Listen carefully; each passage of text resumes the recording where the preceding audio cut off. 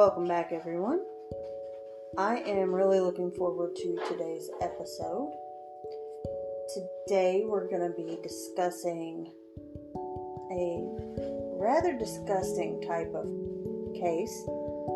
We are also welcoming back my friend and author, David Lundquist. David, thank you for joining us again this week. Pleasure.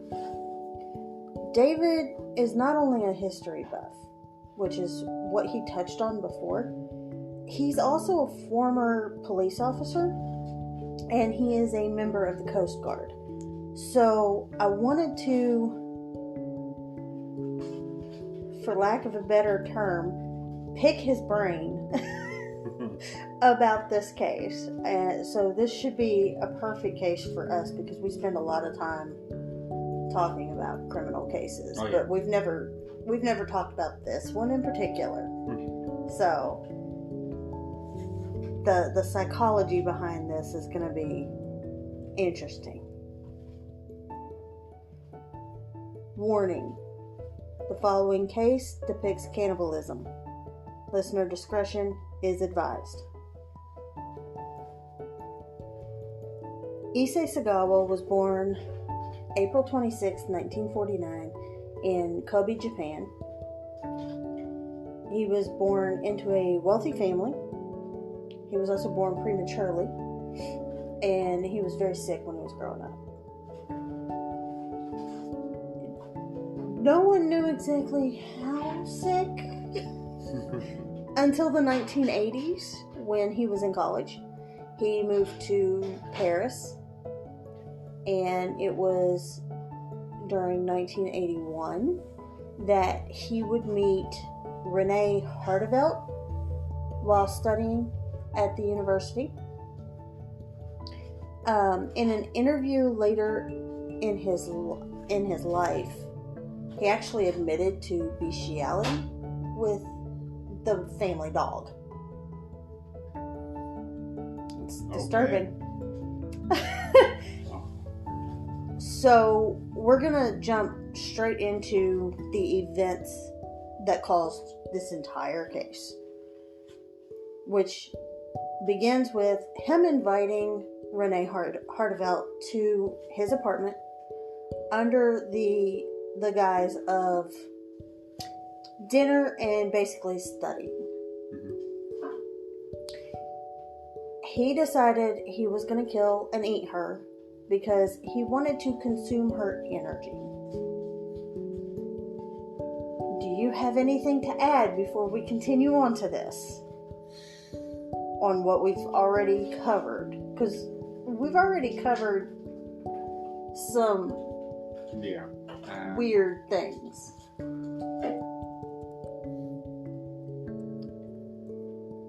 I can't think of anything to add at this time. Just, from what I know of the case, it just gets worse. Oh, yeah. The more and the deeper down the rabbit hole you go, the worse that gets. Yes. So, here we go. So, she gets to the apartment, and she sits down at the desk, and she's reading poetry, and she has her back to him. He shoots her in the neck, and then supposedly he passed out. Now, do you believe that after everything else that happens? No.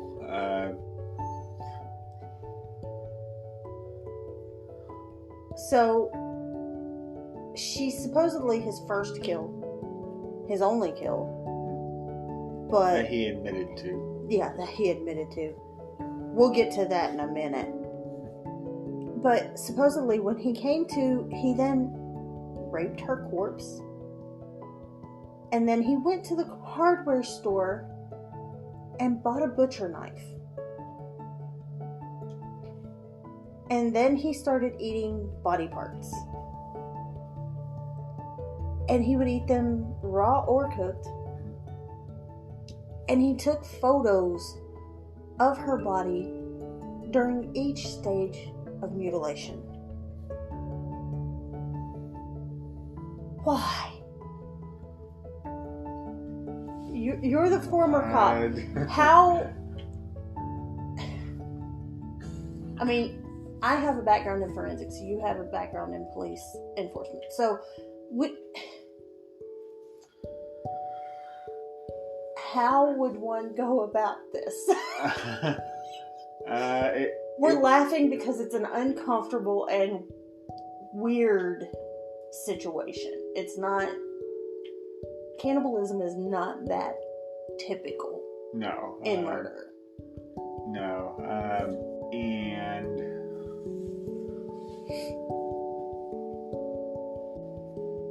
you know, with him taking pictures and everything would seem to just build up on the evidence against him, and we'll find out how that goes for him.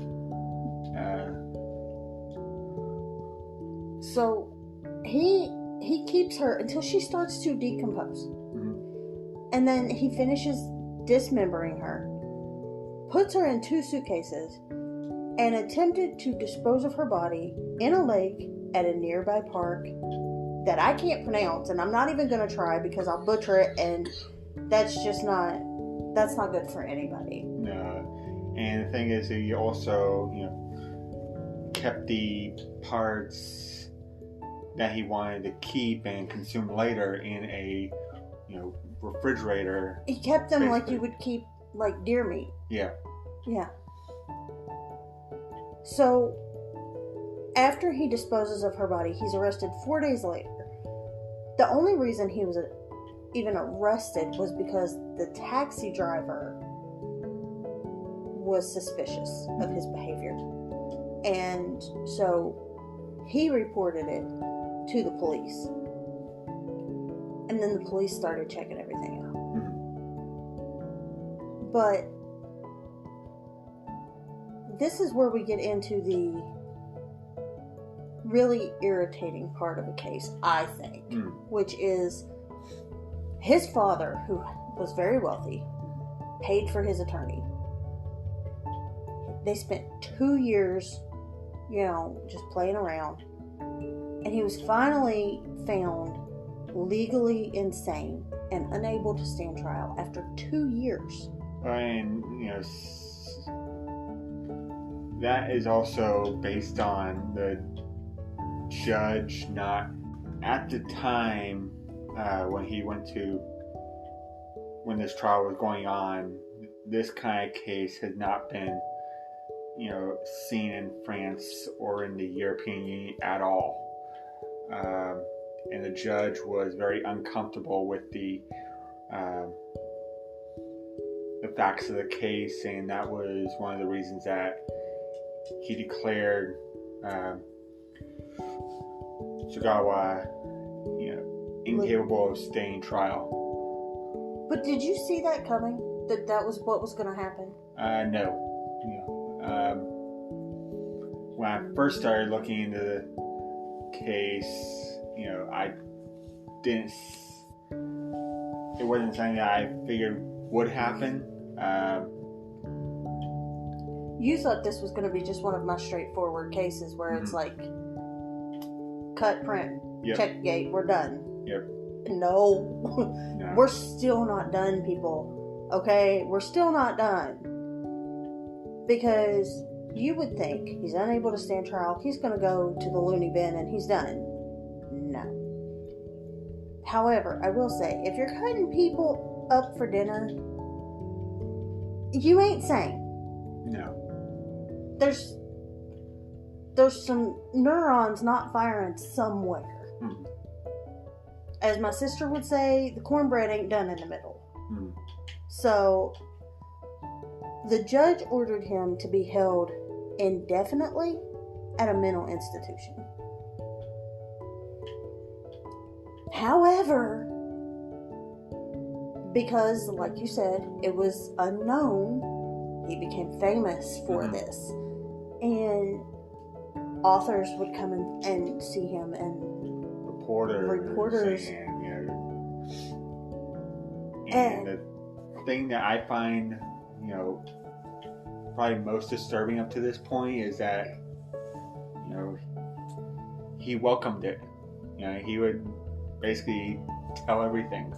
Which means he had no remorse. No. He knew exactly what he did. He had no remorse about it. So, while he's in the institution, a local author who ended up writing a book, which I think a lot of us have heard of, it's The Fog. Mm-hmm. It's based off of Sagala's interview. Mm-hmm. And the details of Renee's murder. And that's just the tip of the iceberg. Oh, yeah. We're still, we're not home yet. No. Because he became a celebrity basically overnight. And he enjoyed the attention. Mm-hmm. And it gave him a chance to relive the macabre details of the murder. And so the French authorities decided to extradite him back to Japan. While he was back in Japan, the psychologists decided he was sane, just perverted. Yes. So the French government at this point had already dropped the case against him because they didn't want to deal with that. Yeah. And they sealed the records before they even sent any of them to the Japanese government. The Japanese government requested the records so that he may face trial in Japan. But French law at the time was that that they wouldn't send information over that either was ongoing or if there was no conviction, they would not send any records over, which I don't understand. And because of that, he couldn't be legally detained in Japan. No. Because the Japanese were more than willing to try him under their laws. Mm-hmm. Which, the thing is that they couldn't hold him on anything because the crime was not committed in Japan. Right. So, because of this, he was able to check himself out of the mental institution on August 12th, 1986. I wasn't even a year old. Y'all, he remained free until he died in 2022. Okay? So... And still giving, interviews and opening up to pretty much anybody who would talk to him. Writing books, not just about that murder, but about other murders. 1986 to 1997, that's how he made his money. He made it by being a guest commentator and writing books, and... and actually there were other places that, restaurants and that would, ask him to come be basically a critic, and, review, dishes or review, other products from other companies. Like you say, he basically became a celebrity overnight. But by 1997, he started having a harder time getting a job. And he tried to move back to France. And they wanted him to come back. He was going to go, I think, to school or to a company or something like that. And he put in an application, and the bigwigs, one of them really liked him, was going to accept his application. And everybody that worked at the company was like, no, we'll quit. So he was rejected for the job. In 2005, his parents passed away. Now, I don't know a whole lot about Japanese law other than what I've read with mainly this case and what Richard has told me. For those of you wondering, Richard is my husband. And I know the Japanese they don't play with their murderers. No. Like, if they try you for murder and you're convicted, they don't keep you alive. No. They are very well known for their policing, and their crime rates are, low, because the Japanese people know that it's, if they're caught, they're convicted, it's over. So maybe you can explain to me why this happened. Everything else that happened wasn't that big a deal, apparently. But in 2005, when his parents passed away, he wasn't allowed to attend their funeral. Why? Is it because of the media circus that it would cause? Or is it because a family member told? I couldn't find the exact information on why he didn't go. I wasn't able to find any information, in regards to the exact case, but if I had to speculate, I believe it would be because of, the attention that it would grab. Even after, 10, 15 years, he was still the talk of the town. Yep. So, instead of attending their funeral, he paid off their creditors, which they probably had because of him. Mm-hmm. And then he moved to public housing. And in 2013, he was hospitalized for a cerebral infarction that damaged his nervous system permanently. He lived alone, but his brother, his younger brother, would come and take care of him almost daily. Mm-hmm. And if he couldn't, then a nurse came. Yeah. But he couldn't get out of bed. He was bedbound. I've seen the photo of that. He was bedbound. But this is where it gets a little more disturbing. His little brother also admitted to having an obsession with cannibalism and murder and human flesh. Mm-hmm. And he's never been accused or charged with anything. But I find it hard to believe that they were together that long and didn't kill anybody else. Yeah. Because you don't just jump in to dismemberment and cannibalism. No. And actually, before Renee, Sagawa actually tried and attempted on other people, but was never followed through. He was never successful with it. Yeah. So, Issei Sagawa passed away from complications of pneumonia on November 24th, 2022, at the age of 73. So, we're gonna break some of this down, because we're gonna start with the investigation into this, and I have specific questions for you regarding that, because you have the background. Mm-hmm. How in the world, and I realize it's another country altogether, so it's hard to speculate how they would do it, Mm-hmm. but how would the police deal with this type of investigation? For those of you that don't know, the wheels are turning. I'm watching the wheels turn. He's trying to figure out the right way to break it down without being too in depth. Oh, definitely the once if there is a victim, or in this case parts of a victim that are found,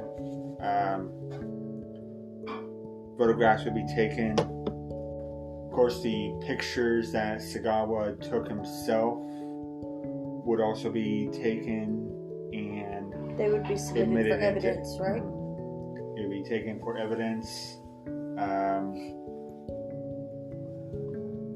A lot of the investigation of it would be more, turning into why.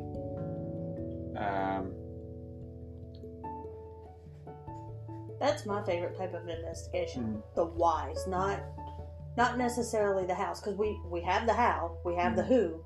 Now we need a why. Yeah. Why her specifically? And his only response to that was she was healthy and he wasn't. So he wanted to steal her energy. And, in the fact that, after watching a movie, the lead actress was, he said that it was the type of person that he wanted. Blonde hair, skinny, the so-called Aryan person. As far as evidence gathering, if they were able to locate the suitcases, they would. They would take, any photos or any parts that were left over. They could find DNA. They would take it. Obviously, his fingerprints would be all over those suitcases. Well, and plus, you also have to remember that these suitcases were also filling with blood, so, as he was getting out of the taxi and trying to take these into the park towards the lake, you also had that trail of blood that was going. So how much does a psychological exam play a role in getting a conviction in this type of case? Because obviously they can't deem him too crazy, because then he goes to an insane asylum. But, in more modern day, it would play a bigger role. Back in the 90s and 2000s, it would be taken into account, but it would not be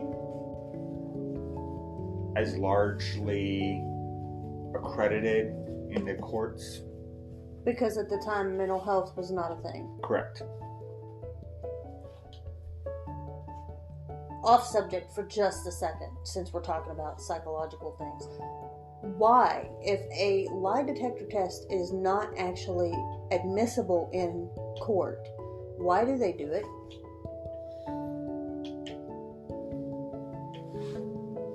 It's not technically admissible. Like, it's not legitimate evidence. No, and because there's plenty of ways to lie beat through it, right? Lying is not something that a machine itself can detect. You can be telling the truth and have a polygraph machine detect it as a lie.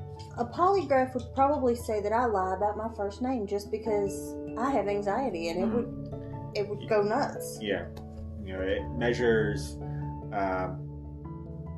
the amount of sweat you have. It measures jittering. It measures your heart rate, and if you're in an enclosed room being equipped with all these sensors, it can cause a normal person's going to be nervous. When police would actually use it more, there was a scientist who actually hooked the machine up to a plant, and it was found that the plant would the plant was lying. Yes. They determined the plant was a liar. So I didn't mean to get that off track, but I've always wondered that if it's not admissible, why do they use it? It's also the fact of, it may make a person who is guilty confess due to the presumption that, the machine's going to tell all anyway. So it may be used as a ploy to try to gather a confession. Okay, that makes sense. So, my next question is, why would the French authorities send him back to Japan? Because I feel like that was like the biggest mistake they could have made. I agree. Especially they were going to try to, get a conviction. I know in more modern day it would not. It wouldn't have happened. May not play the same way. I know in the U.S. they don't extradite back to a home country unless, the home country has grounds for, filing case. And am I correct when I say that if say between us and Canada, we'll just use that as an example. If somebody commits a crime here, they're from Canada, they commit a crime here, they go back to Canada, and they commit a crime, they have to be extradited back here first. Yes. To stand trial for the crime they committed here because it happened first. Yes. Okay. And that's, that's always a big political fiasco with international travelers. If a crime is committed on foreign land, some countries will approve extradition. In fact, most countries will. But there are some countries that, if you go to, will not approve extradition. Which is why a lot of murderers leave our country and go to countries that don't extradite. Yeah. Because if they get caught there, then they're not getting sent back. Yeah. I believe, is Cuba one of those? I think Cuba's one of those. I believe so. I know Russia has been in the news as not willing to extradite. I could understand it better, I think, the extradition thing, if it wasn't for, if it was their own people. Mm. But if it's somebody from another country, and they committed a crime in that country, why do you want your taxpayers to have to pay for that? Yeah. Like I said, it's, always a big political fiasco when that kind of thing happens.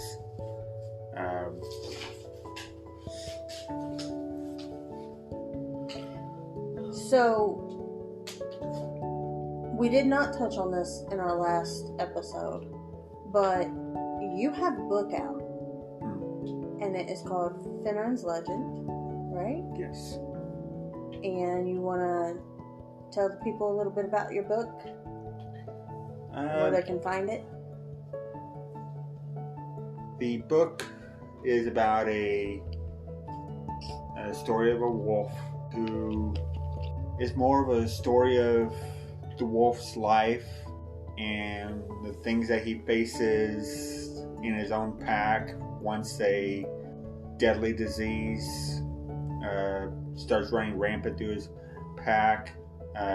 He takes it upon himself to leave and eventually try to find a cure where another pack has the cure that they need, and it goes through the whole story of him working to get that cure, him coming across old agreements between species that he knows nothing about. And where can they find this book at? Thunder and His Legend can be purchased online at Amazon, Books A Million, Barnes & Noble.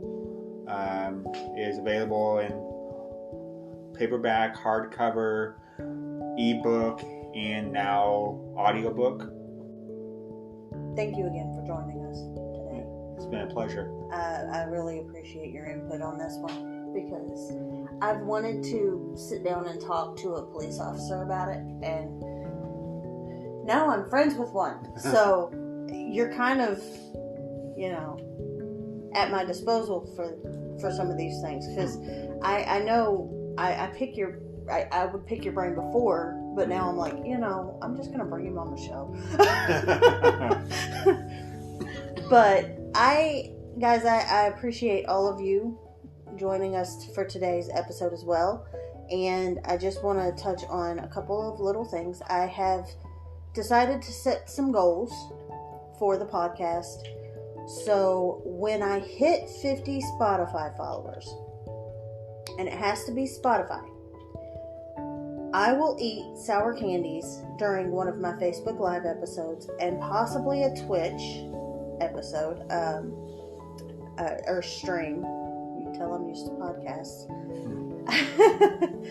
When I hit 100 Spotify followers, I will do the Bean Boozled challenge. Y'all, I'm gonna throw up. I'm just telling you now. And if I get monetized, which means that I will have to have 1,000 listeners in 60 days. If that happens and I become monetized, I will eat something spicy. I don't know what yet. Nothing too spicy, because I don't have a gallbladder and I have to be really careful because I will get sick. I used to eat spicy stuff all the time. All the time. And you've been here. I still eat some spicy things. It's just not like it used to be. Yeah. So with all of that being said, please remember to follow, like, subscribe, whatever you have to do on Spotify.